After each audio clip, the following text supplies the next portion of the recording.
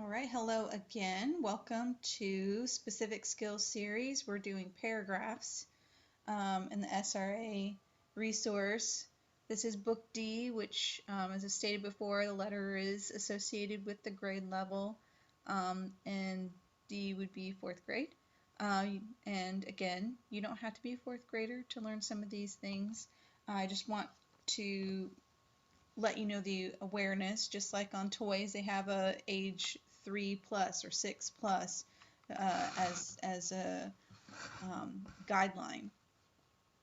So anybody can be learning these things, and in fact, some of these things may not occur to you to be fourth grade level. I mean, if you've not been in school for a while, sometimes the information provided is helpful to yourselves, myself.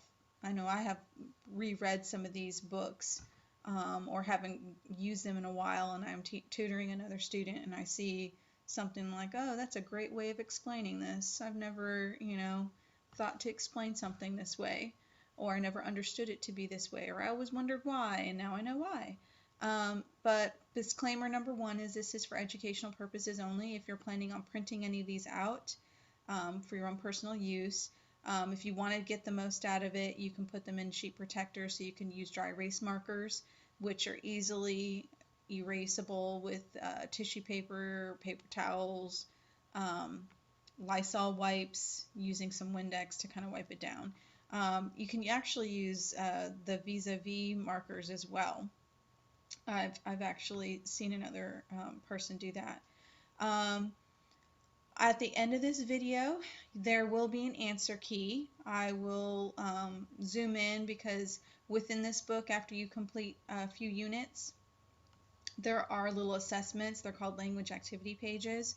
It's just to add that rigor, to make sure that all the information that was provided from the units before you have stuck around. And if you haven't had the chance to watch the video, the introductory video for the specific skill series as a resource in general, I would suggest watching that because it will help you familiarize yourself with how this program is set up. Second thing that I want to cover is learning needs to be a little bit more fun. So I've been in all these videos, I'm going to say the same thing. You don't have to just use notebook paper or pencil, pen, and that sort of thing. Take this opportunity. These are foundational skills. These are skills associated with the English language. So if you speak English and you're going to be using English as your main language to be communicating for the rest of your life, there's no reason why you can't just get some construction paper, fold it up, cut the edges, make a little book, put hole punches, ribbon around it. Use this as a review. I have used this book specifically for middle schoolers and high schoolers, getting them familiar with reading passages and being able to answer information without going back. Because one of the things that we need to get used to is in the school system, time tests are pretty much the source of all ways to do assessments on what your student or what your child knows. And what you know is what you can remember. And if you haven't properly worked your memory, then it's not going to help you in those high stressful situations, because taking a test period is going to add stress. This is to help with that and also build those foundations, because in paragraphs, there's a lot of information that you're going to be using to help with tests in particular, with assessing understanding, comprehension, but also what you read is also preparing you for how you write. So I suggest before even doing the paragraphs, or at least a preemptive lead into paragraphs, to do the specific skills series videos associated with grammar and mechanics, so that you have a better idea of what you're building up to in sentences, because that's going to build you into the paragraphs. And in some of the English textbooks, when you're going over certain skills like simple subjects, or just even when you're looking at capitalization, you're looking at an excerpt from something, poem, short story, novel, article. So they're taking those excerpts and they are allowing the reader to utilize everything that's found in the sentences, mechanics, and grammar uh, books in this particular program, uh, leading up to this paragraph uh, skill. So here, this book, Book D, has a total of 11 units. So you're going to be covering information pertinent to what makes a paragraph. But as I say before, if this is the first time of you looking at one of my videos in regards to this particular program, please know that to the teacher and to the student sections are important and imperative to use. And writing everything out is important as well. Now, because it's paragraphs, I don't know how intensive you want to get with this, but I do think going through a paragraph, if it's given to you, if they're asking you to make changes, move a sentence, create a topic sentence, whatever it's asking you to do, I would say write it out completely. So if they're giving you, so in the sentences book, if it's written out wrong, which sentence is written correctly? Well, instead of writing A, B, C, or D as your option, you want to just write the sentence, the correct answer for that sentence, and put the letter of the answer in like the left-hand margin. Because yes, these books are multiple choice lessons, so that means that the answer key is going to be directly associated with those multiple choice answers. But there are portions of each and every book where they have an opportunity where you're going to write DO for direct object or indirect object, IO for indirect object. So there are opportunities where you are going to be filling in a blank. So in word boxes, I know with the assessments, the language activity pages, they're going to have sections where you have to actually fill in and write a word to complete a sentence, whether they give you a word box or not. That depends on what lesson is being taught. So there are in these books moments where you have open-ended answers, but they might provide you with the criteria, um, an answer box, like with words in it, and you pick from that box. But there are parts where you are given some creative leniency. So just be forewarned that there are going to be parts where you have to fill in blanks and things like that.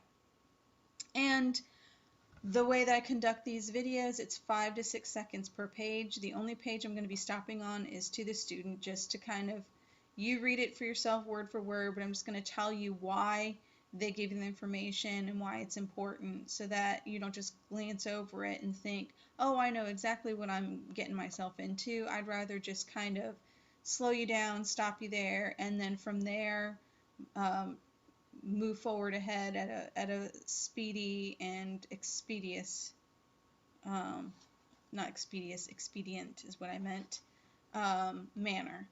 So without further ado,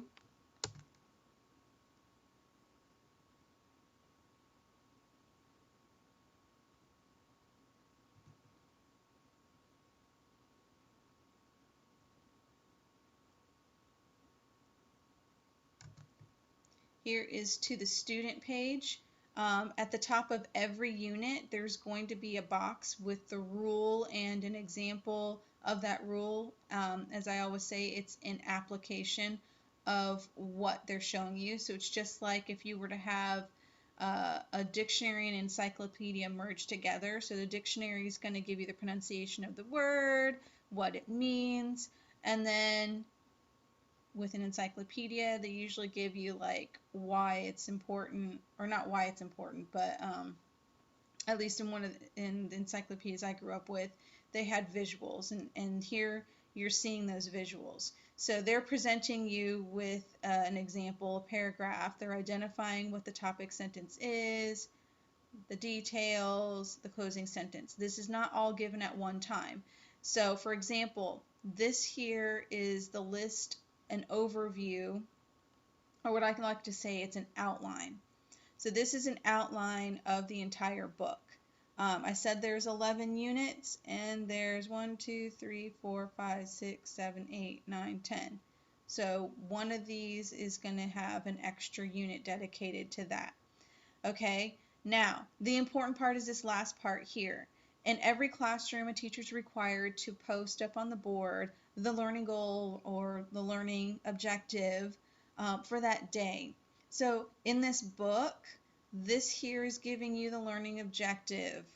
Okay, this is telling you what is supposed to be mastered by the time you finish this. So by the time you're done with this book and you're still clueless, start over, because you're going too quickly. You need to slow down. And also, by having this here, if you need to find extra practice, so if you're doing excellent on types of paragraphs, but then when it comes to details or closing sentences, you're just fumbling and you don't know exactly what's going on, what to grasp.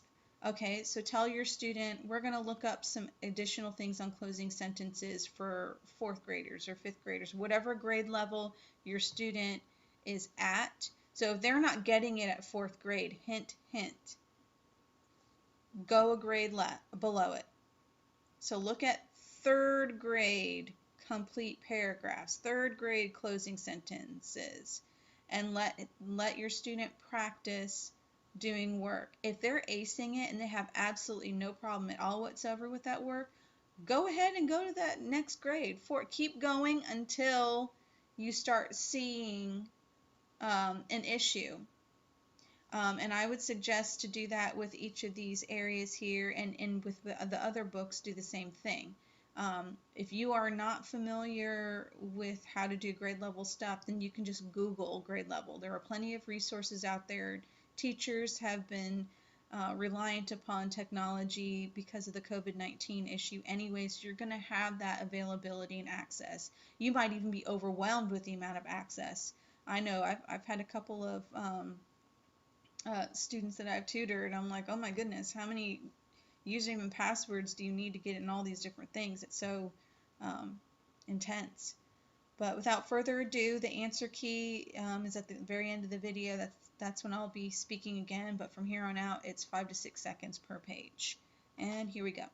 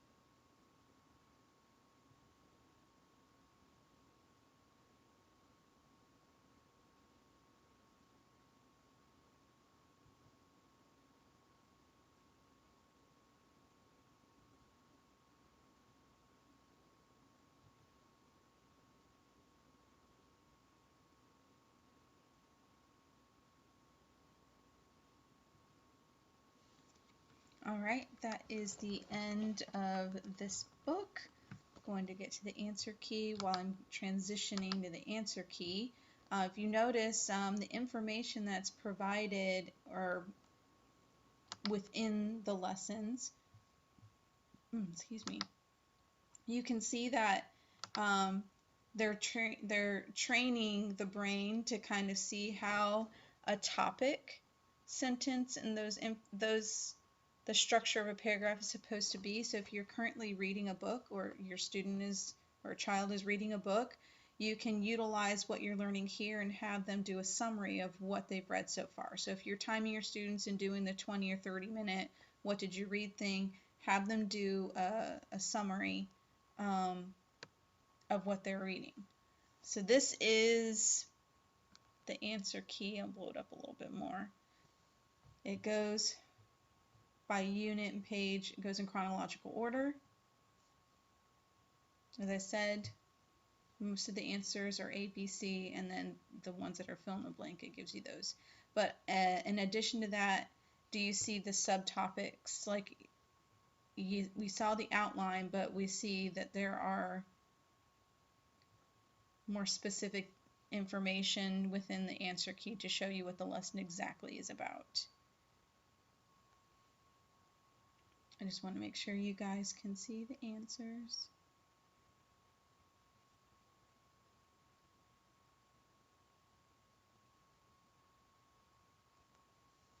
And then there's the answers for the third and last slide.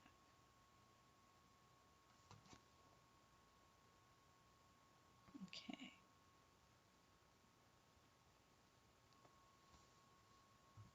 All right, that's the end of this book. You can go to Casey Kite on YouTube to see more videos based on this. I'm going to be posting other things. I'm slow to it because it takes so long for YouTube to load videos that it's a challenge, especially when everyone's on the internet at the same time. I've gotten kicked off a few times, so just be patient. I'll be posting more.